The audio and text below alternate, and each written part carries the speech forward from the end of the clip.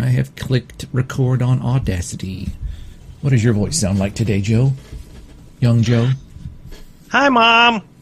Pretty good. Hi, Mom.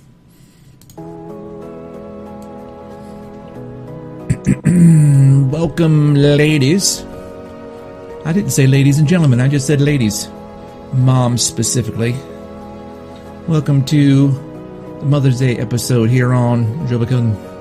My name's Jason Markin, and with me also with us today we have, as always, Joe Neal, my brother from another mother, but the same grandmother. And not all grandmothers basically mothers when you think about it. When you really put two and two together, you get four. Grandmothers are mothers too. This could be Grandmother's Day. It could be Great Grandmother's Day. But you know what it is? It's JBC Mother's Day. The mother of all podcasts is out there somewhere. I'm sure it's not ours, but it's there. And we want to say Happy Mother's Day to that podcast as well. But mostly we want to say Happy Mother's Day to moms, really. Joe, how are you? I'm doing well. He just made me realize 2 and 2 equals 4. I was counting them up. I really have 4 moms. All right, let's hear it.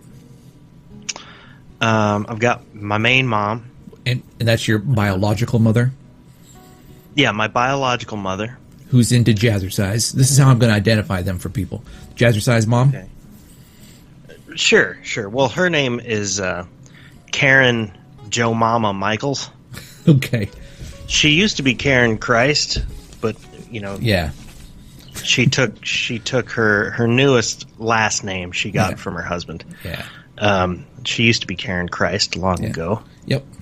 KC, we called her. I consider her a part of the Christ family. I do too. Yeah. And always happy to see KC. Yeah. And speaking of Christ, I've got another mom, Carrie, the triple threat Christ. That's right. Carrie Triple Threat Christ. Yep. She's triple threat because she's beautiful and smart and funny. Yep, she is. She's CC. We call her CC, Carrie Christ. And if you want to remember her, she's into the Broncos. So you got Jazzercise mom, Broncos mom. She's also into Mraz, but Mraz mom is hard to say. I don't know. I kind of like Mraz mom. Mrazmataz mom.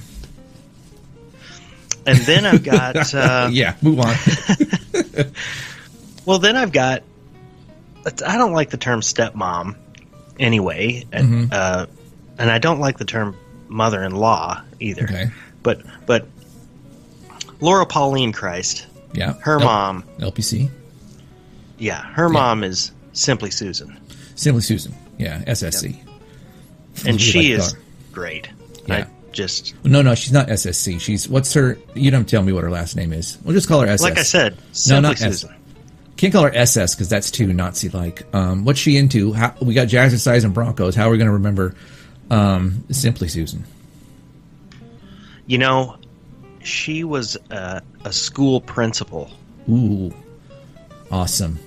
She was laying down the law to a bunch of snot-nosed punks. I bet she was putting the pal in principal. Principal. She was a princess of pal. She was a princessable, right? Because she's a princess. She's a queen. Okay, and who's the fourth mom? The fourth mom, I guess technically, is my stepmother-in-law. Gotcha. That's Laura Pauline Christ's dad's wife. Word. What's her name? Her name is Lee. Lee. And what's she into? What is she into? Yeah. She's into real estate. All right. Finances. I like that. She's super smart. She's cash mom. All your moms are smart, right? I mean, in their own way. Oh, yeah. All moms I'll are smart. I'll get into it a little bit later. Yeah. But all moms are smart. Well, I think my mom is a genius, and you'll hear why. We'll get into that. No, my mom only got the, I guess, for count in-laws, I got the 2 moms. I got Nancy Christ, who, gosh, what's she into? What's she not into? I mean... I know I am very close with Nancy Christ. Yeah. I think she's a great lady. I'm privileged to spend time with her often. She's got a degree in Spanish, speaks Spanish. She's got a degree in photojournalism. She's a brilliant photographer, award-winning. She can knit crochet, excuse me. She can crochet like a bandit. And I'd like to tell you that right now, my laptop is sitting on 2 big fluffy doilies knitted by your mother. I've got a cup of coffee here on a coaster knitted by your mom. And then I've got backup Diet Dr. Peppers. They're all on their own Nancy Christ doilies. Yeah. Just to be clear, I'm going to be pedantic for my mother's sake because she, amongst other things, is a grammarian. And so even though this isn't grammar, she does... she doesn't insist. She's not a jerk about it, but she will remind you of appropriate nomenclature when it's contextually comfortable to. I was worried about my nomenclature. Did I get? Yeah. I need correction? Tell me what's up. None of those things that you have were knitted; they were crocheted. Oh, I'm sorry. Yeah. No, it's true. Yeah, I mean, honestly, if you say knit and someone's looking at it and they don't know the difference, it's fine. I mean, you could say that knit is it's sort of a all-encompassing. Let's take yarn and put it together in a creative way to make a thing. And crochet is one way of doing that. You could say, but yeah. So that's my mom. Nancy Christ or NC or Nancy. I've seen her yarn room. Mm-hmm. She has a yarn room. It's awesome. She has a whole room. It puts LP in awe. Yeah. And then I think LP is going to end up following in your mom's footsteps and becoming a crocheter at some point.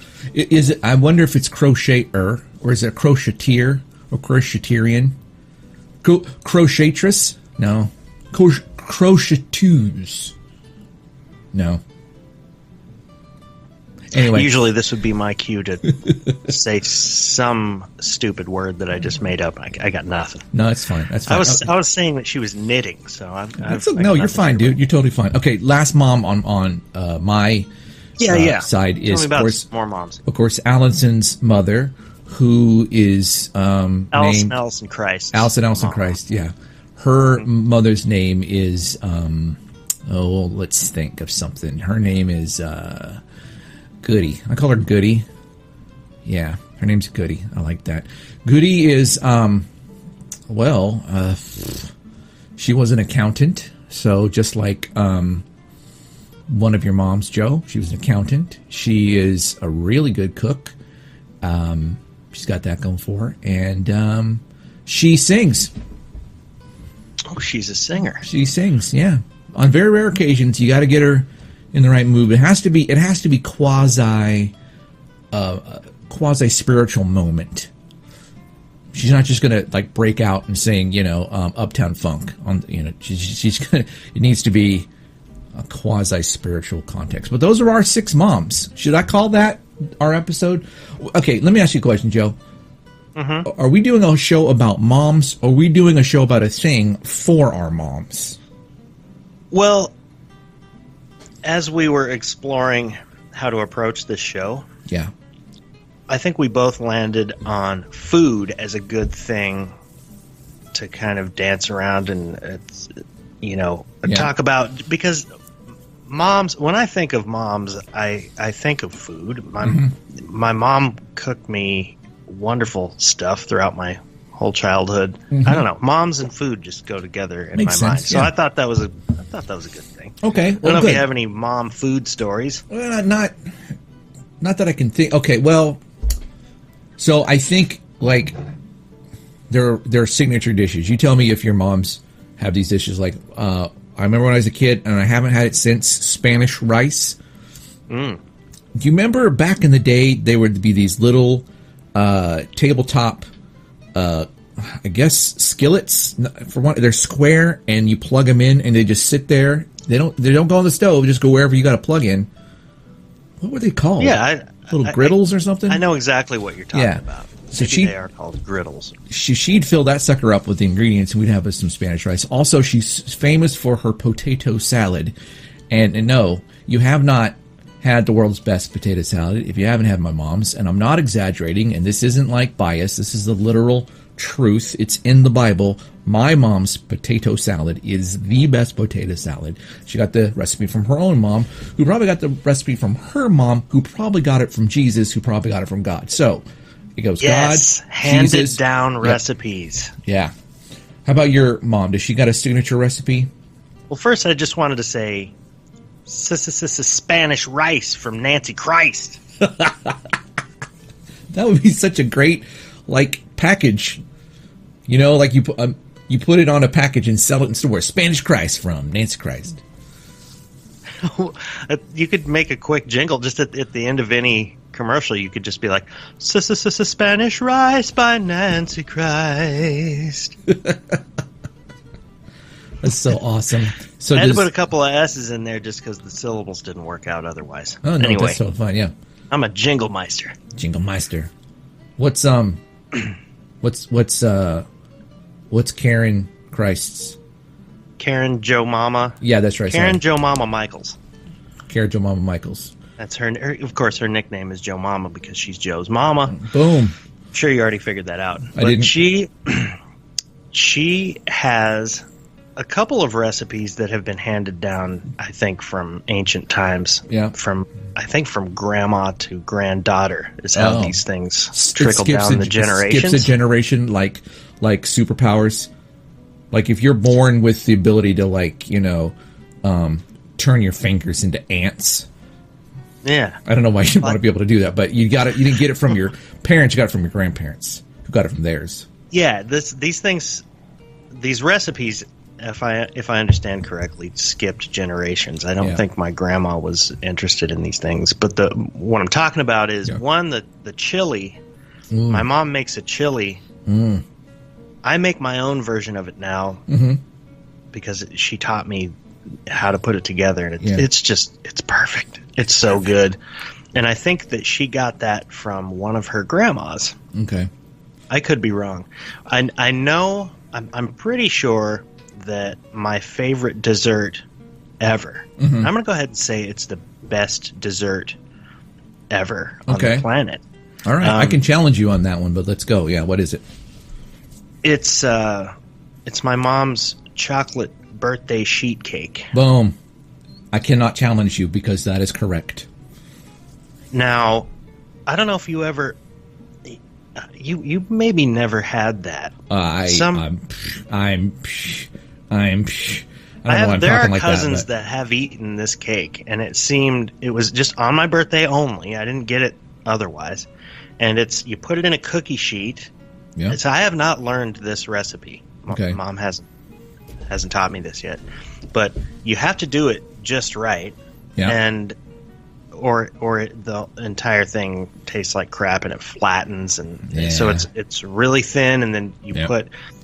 She made her own icing too, and you put the icing across it. Yeah. And then this is an important component. She would put these little, those little sugar, like hard sugar.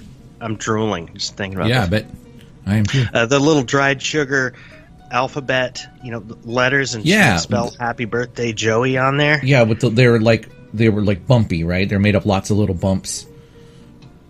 They weren't smooth. And it was like street crack. And I would, there's the Happy Birthday Joey is on there, but like I would lose control eating that cake. Yeah. Just start gobbling it, grabbing it with my hands and stuffing it in my face. And I would get the rest of the alphabet, it's just sitting over there in a bag, and I'd just grab it and start, And it's your birthday, you do what you want. Spelling nonsense on it just so I could, grab another slice and go for it. You should have had her put not just happy birthday, but happy birthday, my darling Joseph Neal. Like there's more letters, and then you can eat more of it, right? Ma, you need to eat 3 or 4 bags. I think she knew that I would just, go for start randomly putting letters on the brown pieces. Yeah. Anyway, it scrambles my brain just thinking about it. You know why? Because I haven't had it in a long time, and I don't know why. It's not. I don't feel neglected by my mom, but it was a every year thing all the way through my childhood, and I think into my late teens until I left the house. Well, I got it every year. And I got it a few years when I would go back and visit, but it's been a long time, and I yearn. Yeah, your birthday's at a difficult time of year to visit, so it's not your fault. I can definitely, like, mine is too. Like, usually my birthday, now I'm in an older age, gets sort of recognized around the same time as Thanksgiving. Yours gets recognized around the same time as Christmas. It's not like it stands out, right? It's not like if you have an August birthday, that's all that's going on. No one's doing anything else. Your birthday is boom. But if you got a late December birthday, or God forbid your birthday's in the middle of March, like, hello, St. Patrick's Day for your birthday. Well, you know what, man? I grew up, down on Payne Street in Sevierville, Tennessee, and we were not well off. But my mom never tried to, mix my birthday. I did have a holiday birthday, and she would try. She would never try to, like, mix those two together. I always got Christmas presents, and then I got my birthday presents. Right. No, I'm not trying to suggest. The sheet cake was just for the birthday. Okay. And wasn't a Christmas cake, and she's like, and that's for your birthday too. How you like that? No, that's not what I'm. She's classy that way. She still is classy. She's very classy. I mean, God, she did jazzercise, for crying out loud. And I'm not being sarcastic. That's classy. If you don't know what jazzercise is, you millennials listening to this podcast with your youth and your crap, jazzercise was in the 70s/80s what Zumba is today. All right, it's a bunch of ladies in leotards, and this is back in the day when a leotard was like from ankle to neck, right? Or something, and they would do aerobics, but they're dancing. Listen to I don't know what kind of music it was. I'm going to assume it was sort of an upbeat, more white jazz. But anyway, no, your mom's fun. Now, my mom didn't just do jazzercise. No, she was an instructor. Look, but I don't want to distract us because we're talking about food. I did not mean to suggest, Joe, in any way that your mom would lump your birthday with a holiday. What I mean to say is, as you got older, you had fewer opportunities to go visit your mom just for your own birthday because you were already traveling for the holidays, right?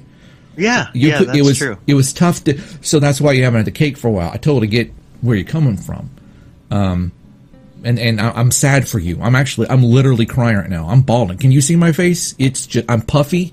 My eyes are puffy. My hands are shaking. I need a Kleenex. Yeah, you look like hell. Yeah, I am. You should call your mom. I'm probably going to call my mom. I have some. We can talk about moms and food, or we can just talk about food. I did open today a box of mini crackers because I was hungry. And it's like the Keebler Elves little mini crackers, right? And on the box it said perfect size for snacking, right? And I'm thinking, who's not snacking when they eat crackers? I mean, how is a cracker not a snack food? Even if it's big, like here's a mega cracker. It's as big as your head. It's still not a meal. You know what I'm saying? Yeah, I'm with you. Okay, yeah. So I saw that and I was a little bit mad. And I used to do stand up. I got a lot of jokes about how stupid food is. If you want to hear some of them, you probably heard them all before. I would love to. I've heard some of your food jokes. Yeah. I know this is a Mother's Day special, but my favorite food joke ever. Yeah. I've said this on the show before, but that's okay. I can't help it. I just love it. Your dad, you know that he does stand up. I knew Very that, yeah. funny guy. He's been on the show several times, and he would try out jokes on me. He still does. Yeah. From time to time. But we were in a car or something, driving around, or waiting for my dad. My dad was in the grocery store or something, sitting in a car, and he's sitting there with a little notepad, and he goes, "All right, try this one on for size. It is a pancake flavored coffee." I said, "Yeah," and he goes, "Flappuccino." And I said, "That's great." And I remember it to this very day. And I think at this point he thinks that it was a joke that I thought up, which he does that a lot. That's a problem with his memory. He's written millions of jokes. Yeah. Somehow I think he's attributed that one to me. I would love to take credit, but Flappuccino is all your dad. Anyway, enough about Danger Lee Daniels. You're talking about stupid food jokes. No, well, my jokes are stupid, but I was talking about jokes about stupid food. I mean, like, I got a joke about... I'm sorry. That's okay. Can I hear some of your stupid jokes about good food? How about that? Golly, no. I don't have any... all of my jokes are about... Because I had one about how I went to the store and I saw a bottle of... I think I've told this one on the cast before. I saw a bottle of sugar-free, caffeine-free Mountain Dew. It was in the what the heck's the point section of the grocery store. You know, right next to the sugarless gum. Who's getting cavities from gum? Right? No, wait, I screwed up my own joke. It's like, who's getting fat from gum? Who needs a sugar-free gum? Of course, people get cavities from gum. That's the whole point. I screwed it up. No, who's getting fat from gum? That food is stupid. It's stupid. And the Weight Watchers brownies, which is like, you know, it's like methadone for fat people. And it doesn't work. I ate 3 boxes the other day. I gained 4 pounds, so... I was going to say Weight Watchers. Yeah. You just watch yourself gain weight. Exactly. And then, you know, speaking of Weight Watchers, I ate some diet... No, what? How does this joke go? God, I'm gold. I ate some Chinese lean cuisine, but an hour later I was fat again. Because again, millennials maybe wouldn't get that joke because it used to be that people would make fun of Chinese food and say you eat it and an hour later you're hungry again. This is an hour later. Yeah. I like explaining jokes to people. It makes it way more funny. So, well, and I've heard that there's scientific basis to that now because there's so many carbs apparently in Chinese food. I don't know. Carbs create a craving for more carbs. Maybe. No, maybe that's bullshit. No, it probably is. It could be. I don't know. But anyway, that's that. Do you have a food story? I mean, you've told some food. You know what I want to do? I want to talk this. You mentioned chili before. Oh, I haven't had good chili in a long time. Okay, that's not true. My wife makes chili all the time, and it's really good. But not the kind of chili I'm thinking of, which is just... I mean, tell me about your mom's chili. What is it? What's it got going for it?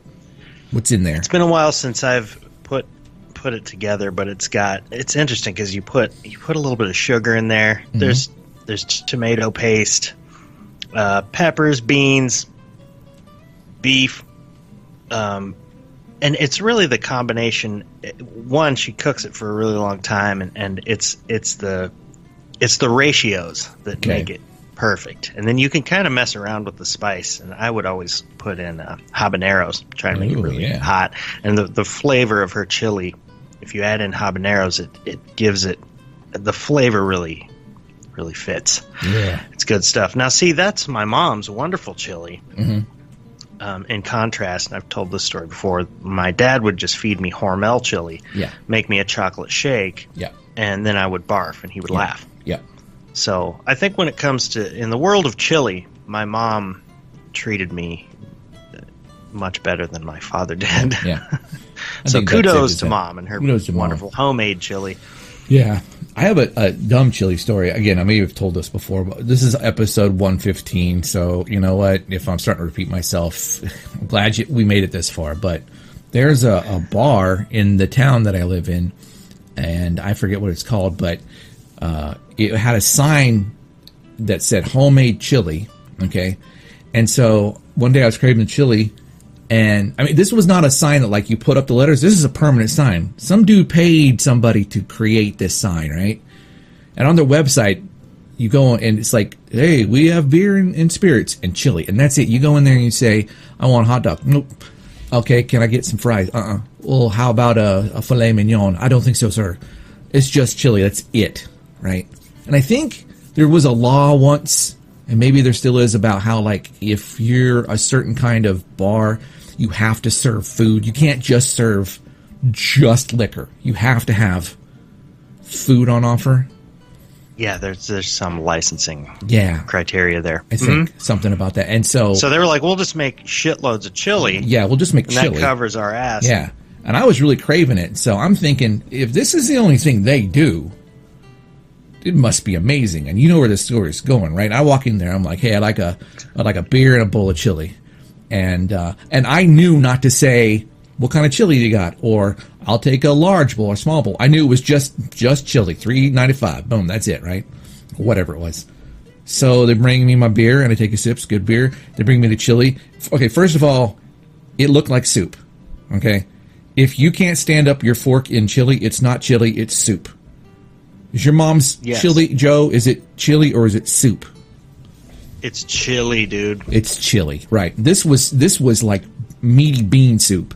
So I figured, well, okay, don't judge a book by its cover. There's probably a joke in there, something about books and cookbooks and forks and stuff. I don't know. But anyway, so I took a bite, and nope, it was terrible. It was really awful. The meat and the beans, they weren't friends. Maybe they used to be friends, but they had a falling out. Now they're just giving each other cold shoulder. There were some spices in there, but they were like guerrilla spices. They'd hit and they'd run away. Like, wait a minute, what was that? I needed some more. And then it was just, and it was watery and And that I'm like happy. Emotional dysregulation and conflict. Yeah, in that chili. It was Can not. you taste it?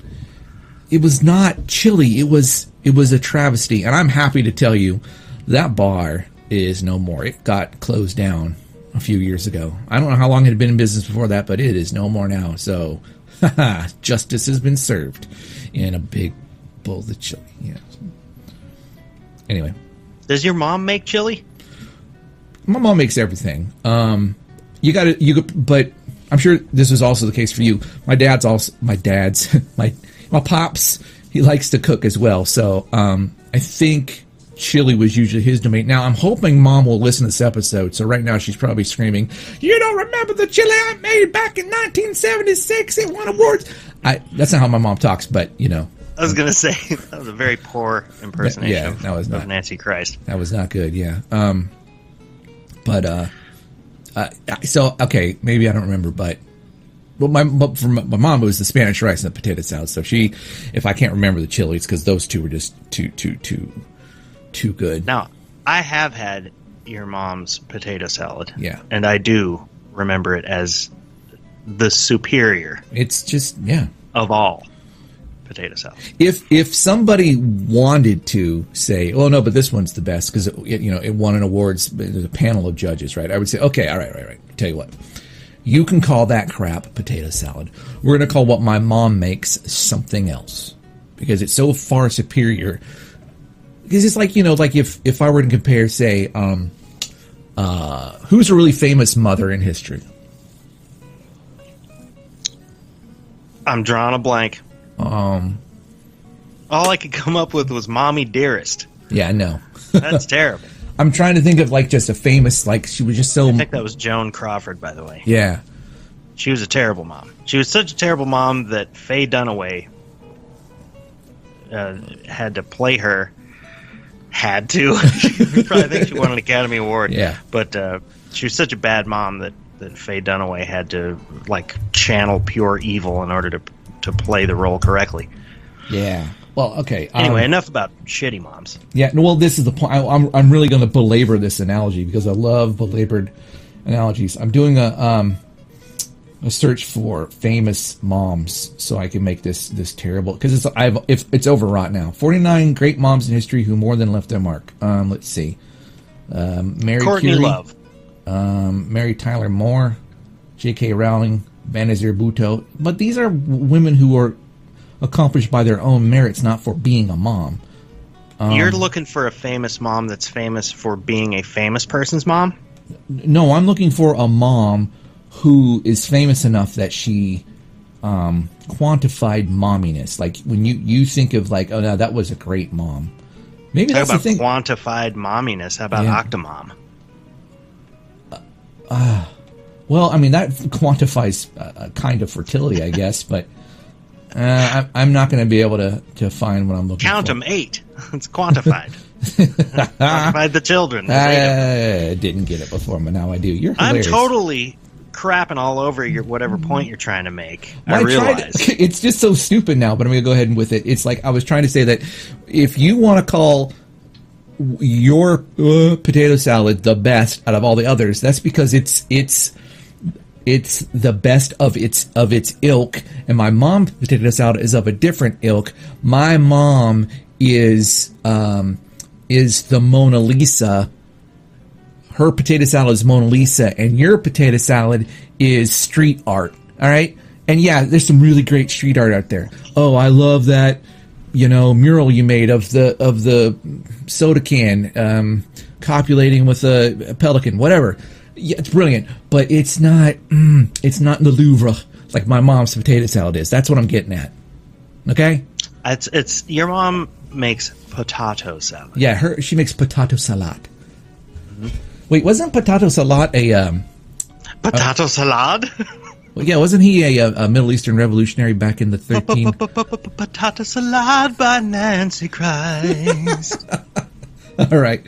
Hey, on that note, we're at the halfway mark, and I know we're talking about food and stuff, but I have a Larco ad that has nothing to do with food, but it does have something to do with one of my mom's interests.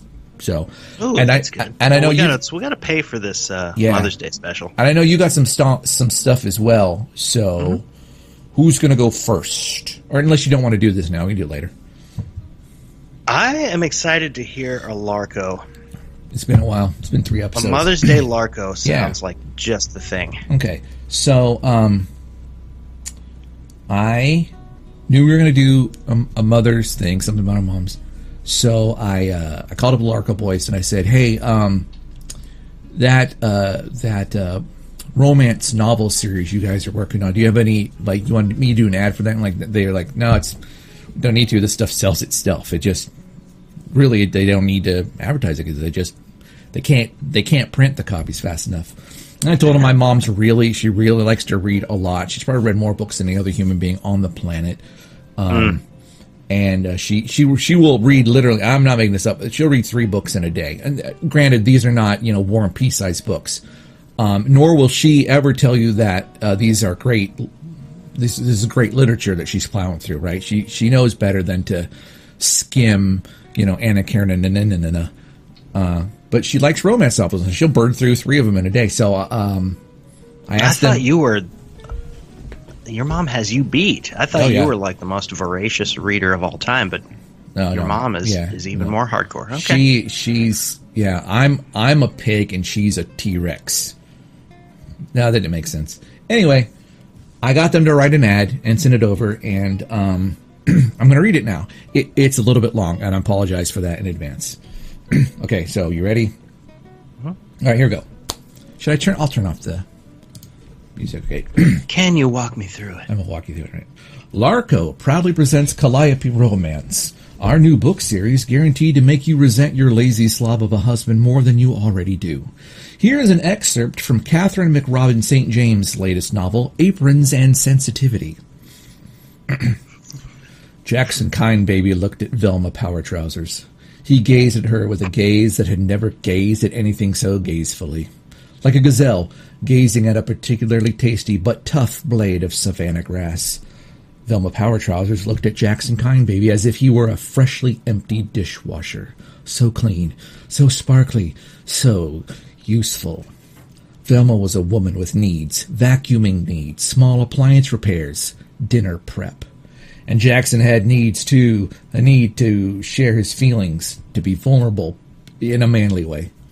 He held up a damp rag, damp like it had been dipped in water, a rag like it had been a T-shirt once, up like it was higher than when he had first held it. He was a conductor of cleaning cloths, and the rag was his Mozart, or maybe Haydn.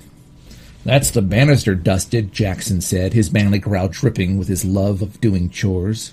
"Really?" Velma replied. "I'm ever so grateful. I'm almost afraid to ask." Jackson smiled the smile of a man who knows he's got zygomaticus majors and he's not afraid to use them. "Don't bother, because the answer is yes." He ran his hands through his reasonably priced haircut. "I made sure the bottom of the banister was dusted, too." Velma bit her lip. Pink lips. That kind that like to wrap themselves around the end of a pen while deciding what to write next on her honeydew list. Her eyes ran down the length of Jackson's body. "What am I even looking for?" she thought to herself. "Tickets to the scrapbooking fair?" But surely he kept those in his back pocket. She blushed at the thought of what else was near his back pocket. And as if on cue, Jackson walked past her towards the kitchen. Velma spun around, willing to sacrifice the careful equilibrium of her inner ear just for a cheeky glance at his shirt tucked into his pants. Yes, still tucked in. Yes, even in back. Velma gasped inwardly. Jackson stopped, turned, and waited patiently for her coughing fit to pass. "Glass of water, Velms?" he hydrated.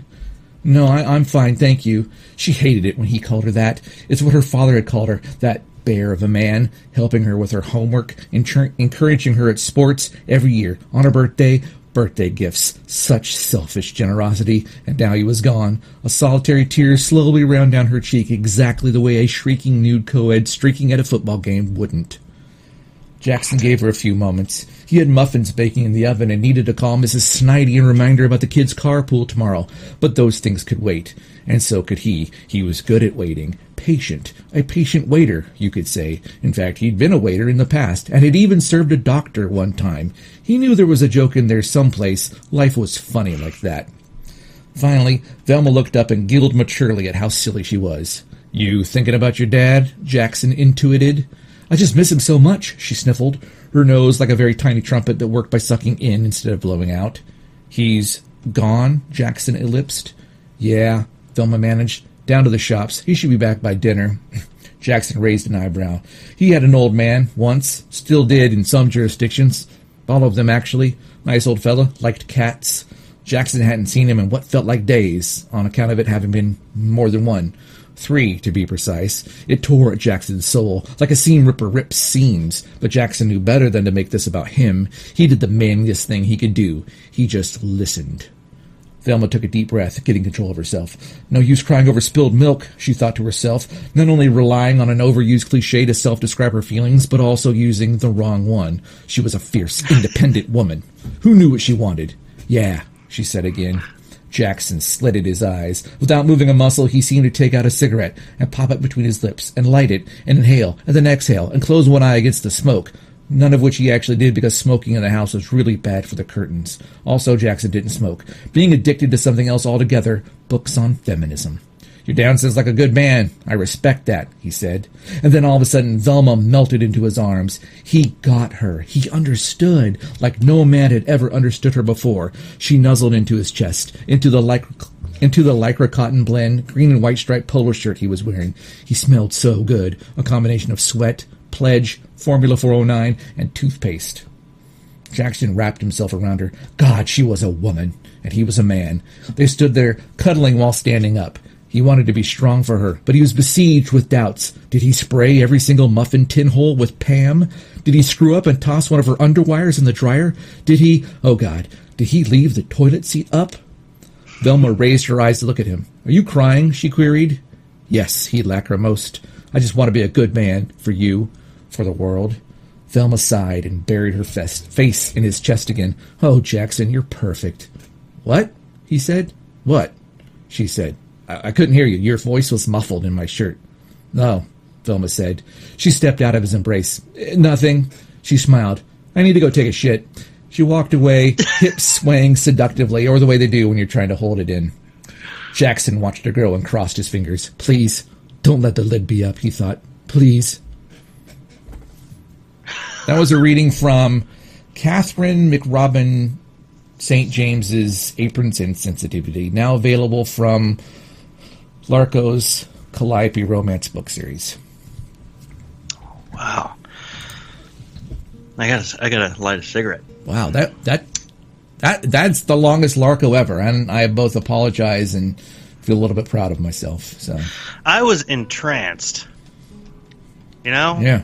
And you know what? I think Nancy's really going to enjoy it. I hope so. I really like this Catherine McRobin St. James, if that's her real name. Because you know all those romance writers, they got like a million aliases. Like Danielle Steele. I've never read any of her books, but apparently she's written 179 of them. What? And they're not short little things either. Yeah, I know. Anyway, what do you got? I haven't even written that many paragraphs. I don't know why that's a funny sentence, but I just like it. I would put that on a shirt. I haven't even written that many paragraphs. Well, after hearing that reading, I had to light a cigarette, and then I don't know if you heard, but I did open a Diet Dr. Pepper. You've been getting into Diet Dr. Peppers too, right? Oh yeah. Maybe you've always been into them, but I have a cigarette in my left hand and a Diet Dr. Pepper in my right hand. That's in honor of my mom. Oh, yeah? Throughout my childhood, she always had a Diet Dr. Pepper and then a Merit Menthol in her left hand. Now, she has quit smoking decades ago, so it's only the Diet Dr. Pepper. No, I don't think she drinks that either. She's got a very healthy diet. I don't think Diet Dr. Pepper fits into that. But I sit here staring at my water heater with a cigarette in one hand and Diet Dr. Pepper in the other. It makes me think of my mom. Oh, that's sweet. Do you have an advertisement that you could give to your mom right now? What is that? You're not giving her everything. Anyway. Well, I don't know. I guess it's on theme. I've got a word from our sponsor. You got a little intro for me here? Yeah, sure. Let's do this.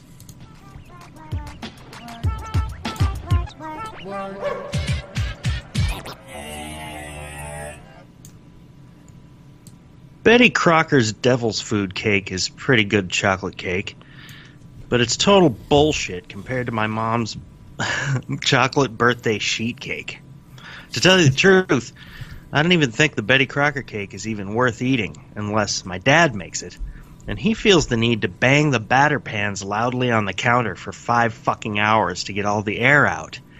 It's tedious.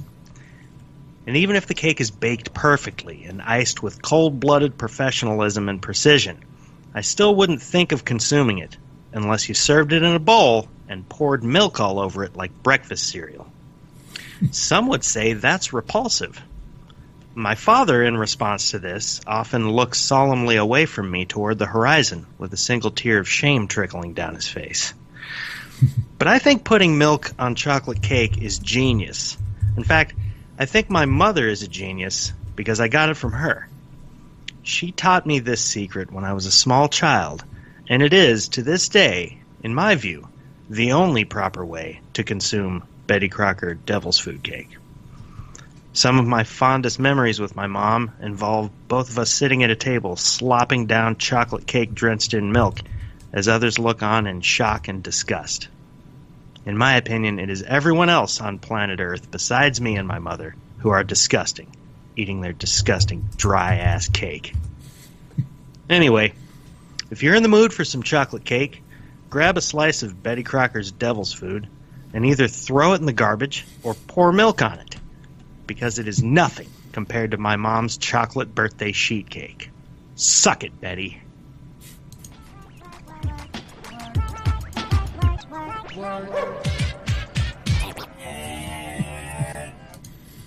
I've never done that before, but I'm going to do it next time I have cake. In fact, I might just go to the grocery store, get one of those one-off pieces, one of those like, hey, you're lonely and depressed, have a piece of cake boxes.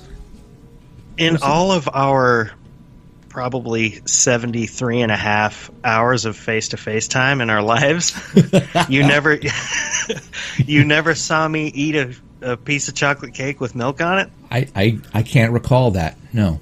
The only cake that I really don't want to eat chocolate cake without milk on it, unless it's the sheet cake. So. Oh, okay. That's how I feel about chocolate cake. My favorite cake is yellow cake with chocolate frosting. And let's be clear, yellow is not lemon. It's just yellow. But the thought of pouring milk all over it before I eat it, I like that. I'll do it with yellow cake. No, it's got to be chocolate. No, okay. I'd rather eat dog vomit than put milk on yellow cake. You got to do it with chocolate cake. Okay. Well, I mean, we there's ice cream and cake, and so it's like when the ice cream melts a little bit, that's kind of the thing that you're getting with the milk. That makes sense. I think that's kind of the thing. Yeah. Yeah. So I mean, people really are astonished at this, and my mom is the only other person I've ever met that does it. In fact, it might be some.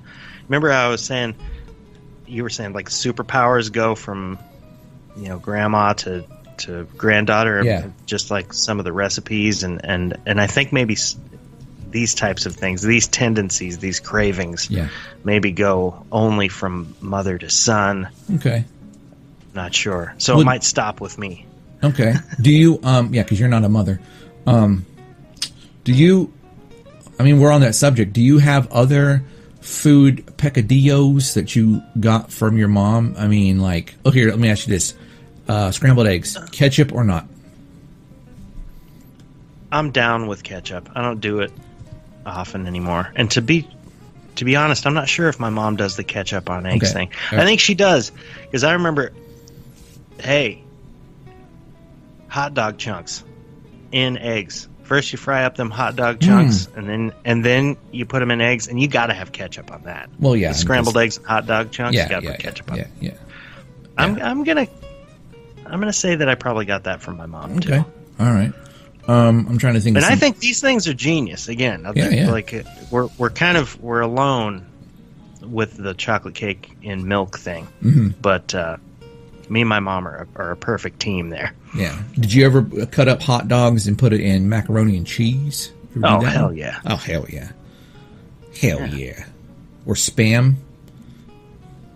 I never tried. I'm actually just recently got into Spam. Okay. Like frying up Spam and putting it on a...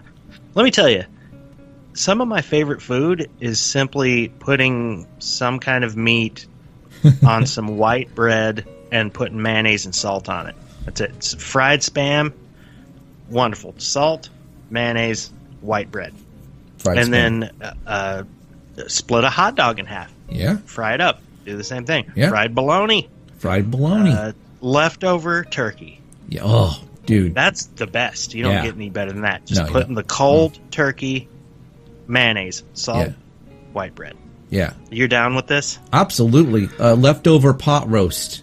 I do a pork loin. Oh, Joe. I put a bunch of seasoning on the outside, Italian seasoning and like lemon pepper and garlic powder and stuff, and I sear it all in there. Yeah. And then I bake it for like 20 minutes. Yeah. You've got this pork tenderloin. Yeah. And you do it in foil so all of the juice comes out, and you pour that juice into a little dip cup like au jus. Oh, and then you slice the pork tenderloin, and then you take little bites and you dip it in the au jus and eat it. And that's the thing, you only eat half of it, and then the next day you chop up that pork tenderloin cold, put it on mayonnaise, salt on it, on white bread. White bread. And then you're happy. And that's what being a mom is all about. It's like passing on these traditions to their kids, so that like really you're right. I'm sorry to cut you off, but I'm all excited about this. The leftover turkey, putting salt on it, mayonnaise, white bread. I got that from my mom. Yeah, and it's because mom knows she's got to let you. You should fly, a little birdie. You got to leave the nest, but you can always get a little mom hug from your random cold meat on white bread, mayonnaise, salt sandwich. It could be bacon. Just get some bacon. It could be, you know what? You went to the store and you got yourself some cold fried chicken. You brought it home and you ate the skin because you're a slob, and you got the meat there and you're just like tearing it off and laying it on that bread, and you're tearing it off and you're laying it on that bread and you're tearing it off, laying it on. And the whole time you're thinking, I love you, Mom. I miss you, Mom. And you're tearing it off and you're laying it on the bread and you put it together and you take a bite and you're like, oh yeah. And then you go watch a horror film because you could never do that when you're a kid because your mom would not let you. So it's the best of both worlds. My mom didn't let me watch The Exorcist when I was 8, but I snuck into the room and saw it and have been deeply scarred ever since. My mom tried to protect me from that experience, but I somehow got away with it, and I hurt deeply because of it. I like the movie now, but I think it's fair to say no 8-year-old should watch that movie. No. For Christ's sake. For the name of the Christ family. Yes, for the speaking of horror films and protecting the minds of young ones, we have about 10 minutes left, and I know you got a couple of things to read. So, do you want to do that? Well, really quick, I want to do a shout out. Okay. To my other mom, Carrie, the triple threat Christ. Yeah. I was just thinking of this super funny, fond memory that I have. Oh yeah, let's hear this. Okay. It was me and my dad and his wife, triple threat Christ. Yeah. And we're in this bar playing pool, having some beers, And, the place is pretty packed, but it's like in the afternoon, on a weekend. Yeah. And there's a lot of people in there. We're having a good time. And this guy suddenly turns around from the bar and goes, "Drinks are on me!" And everybody was super happy and like giving him a round of applause. But I didn't feel that way. I was suddenly very concerned, and I like broke out into a sweat, and I was like kind of pulling on my collar, and very uncomfortable. I turn around, everybody's happy. That includes my dad. He was like, "Hey, drinks on this fucking guy," whatever. And I looked over though, and there's Carrie, and she seemed to feel just like I did. Oh, okay. She was like wringing her hands and like smiling anxiously, looking around, like darting her eyes around, and our eyes met.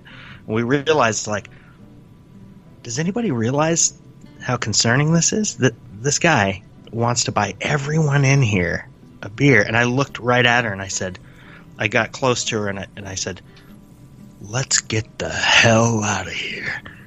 And then we both just broke into peals of laughter. It was like, and do you get it though? Yeah, do you see absolutely. what the concern is? What the hell is this guy gonna suddenly pull out a gun and kill everybody? Is this his last day? Like what? Yeah.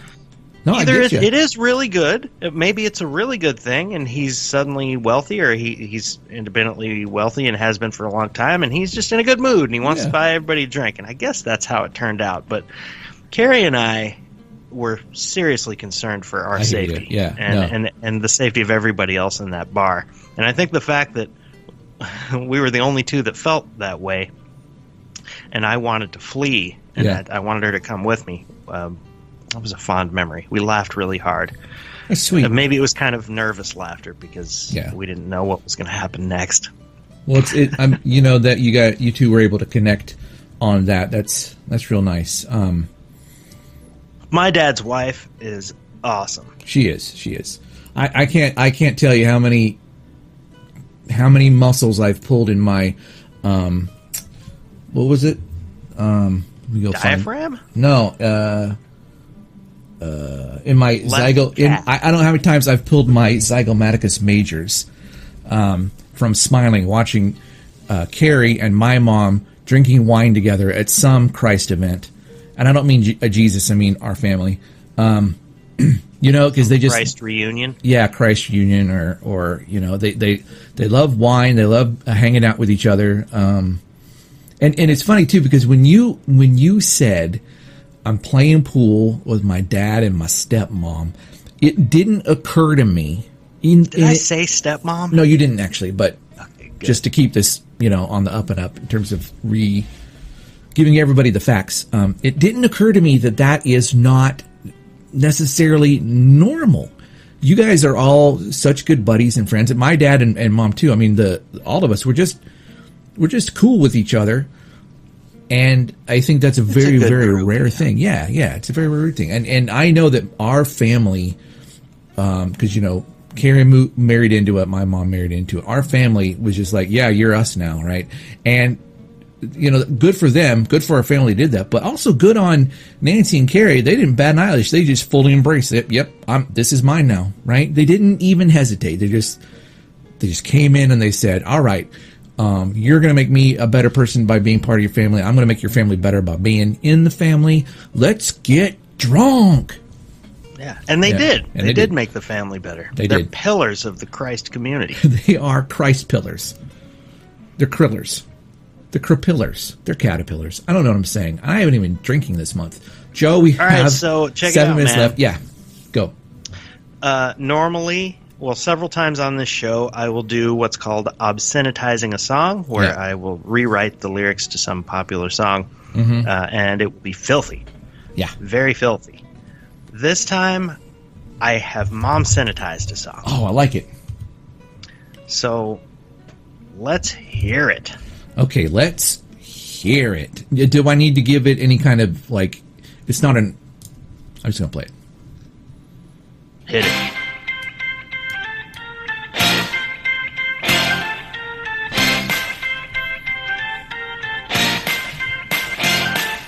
Mama used to make me chocolate birthday sheet cake.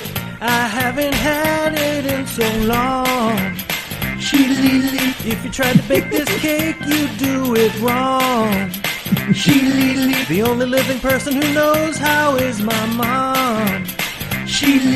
Wish I was bulimic, I'd eat cake all night long.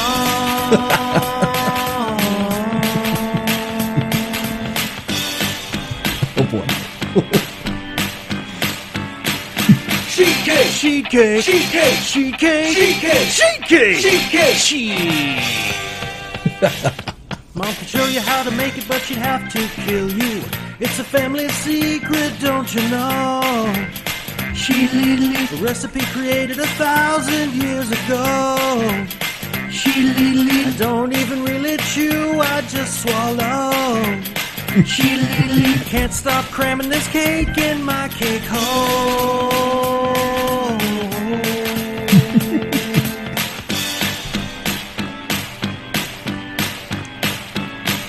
Sheet cake, sheet cake, sheet cake, sheet cake, sheet cake, sheet cake, sheet cake, sheet.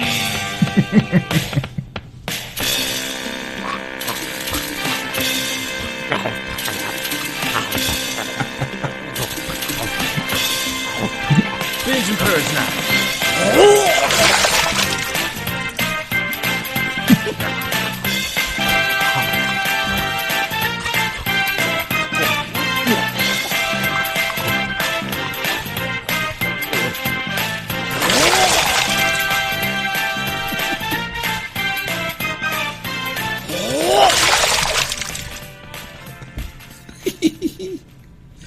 Oh, that was so nice, Joe. Isn't that sweet? Yeah, it was sweet. And when the chorus is about to come up, and like I know the song, and so I was just imagining how it was going to sound, and I was just so delighted. It was just so good. You got That's skills, for you, son. Mom.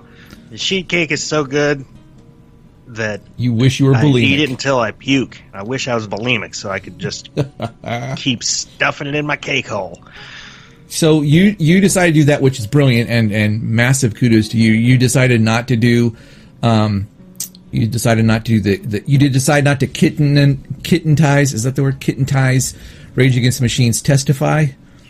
I really liked your idea that I do Rage Against the Machine and I talk about fluffy kitties. Yeah, that just made me laugh, and I did kind of dive into that and try it, and I realized it was going to take too much time.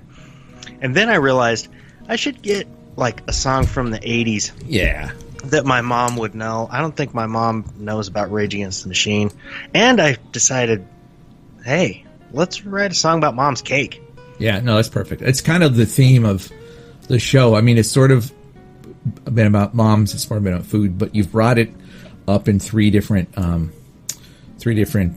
contexts, the sheet cake. So I mean, you could say that, like, I think you wouldn't be out of line to say that sheet cake is the mom of cakes.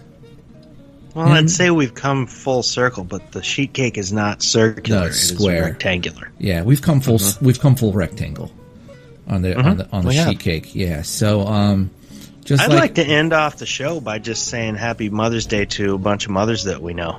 How do you feel about that? You know, I was just thinking about today. I was thinking about all of the women I know who are parents or mothers, and yeah, I think that would be a good idea to do that. Cool. Yeah. So we're just gonna Okay, I'm not gonna steal your thunder because there's one mom we both know, and she's just all by herself. Not even her momness. Without even her momness, she's an amazing person. And the fact that she's also a mom. I mean, I'm not saying that I wish I was a middle school girl living in California, but if I was, I know who I'd want my mom to be. So I hope she's on your list. Isn't that sweet? Well, look, man, I know that you know that I know that she knows that that's who we're talking about. Yeah. So just go for it. Do the honors. Are we gonna do this now? We'll tell you what. We got we'll do it through the outro. How about that? We got 40 seconds to go, and we'll do the moms out, the mom shout outs. So last 30 seconds. What else do we want to say about any mother thing or food thing or? Well, I want to say I'm really looking forward to I'm going to go and see LP and I are going to go and hang out with Simply Susan. Yeah. On Mother's Day. That's nice. That's we get to spend the day with her. I'm really looking forward to that. Can you give her a cool? A lot of times we'll take a hike. I think we're going to hike, and that's always nice. Yeah, it's going to be a great Sunday. Can you give her a hug from me, her son-in-law from another mother, but the same? That doesn't really work, does it? I will give her a hug for you. All right. No, good. You have met her before. Oh yeah. But at your wedding, she would recognize you. Nah, I'm not very memorable. But okay, so good show today, Joe. Happy Mother's Day to Nancy Christ. Yep. Happy Mother's Day to Karen, Joe Mama Michaels. Yeah. Happy Mother's Day to my wife, Allison Christ.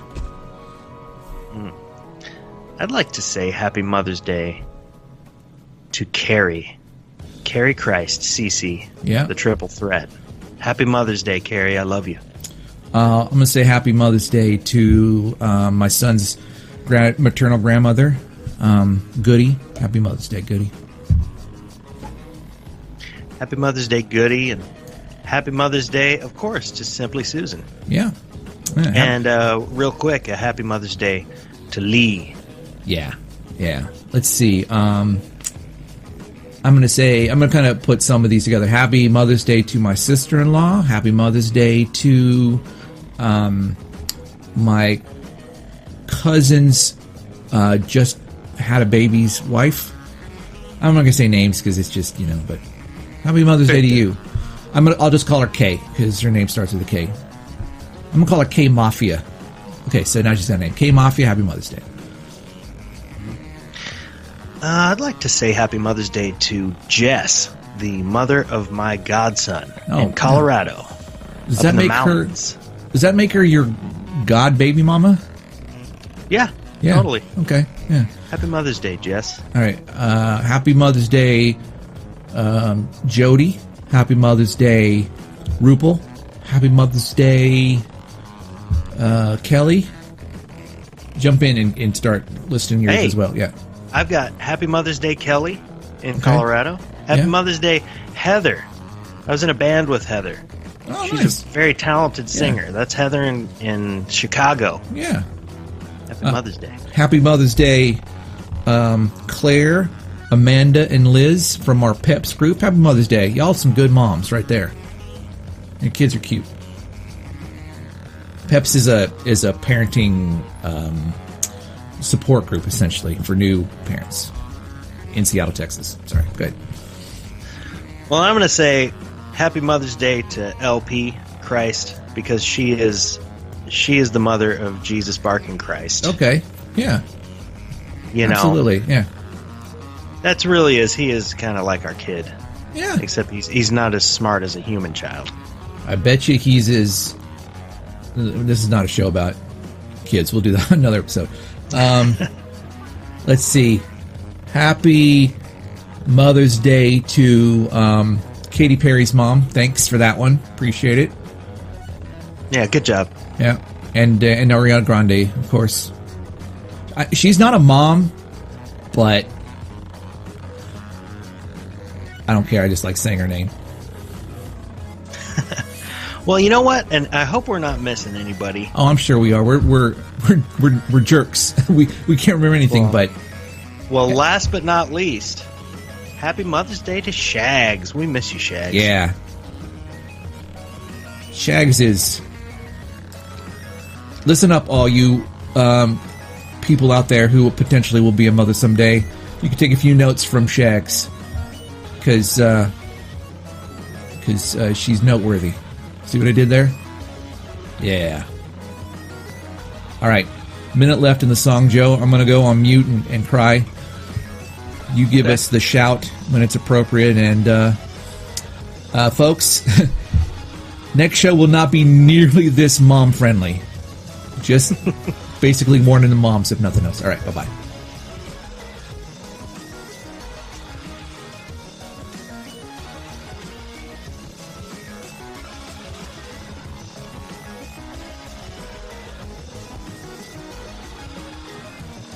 chocolate birthday sheet cake!